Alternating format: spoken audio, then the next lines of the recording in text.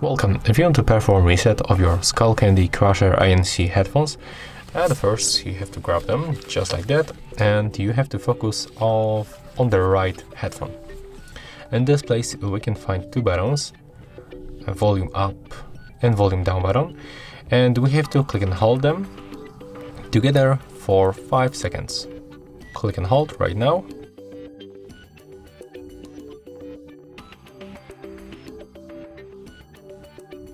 Right now you can release when you hear this sound notification, and as you can see we are not connected with our application anymore, and we can pair our device one more time. So that's how you can perform the hard reset of your headphones. Let me just catch focus a little bit. Okay, never mind, it just set up manually. So yeah, you have to click and hold these two buttons at the same time for 5 seconds until you will be disconnected with your application, and then they will be moved to the pairing mode manually, and you can spot it right here for these indicators, and they are blinking on the red and the blue.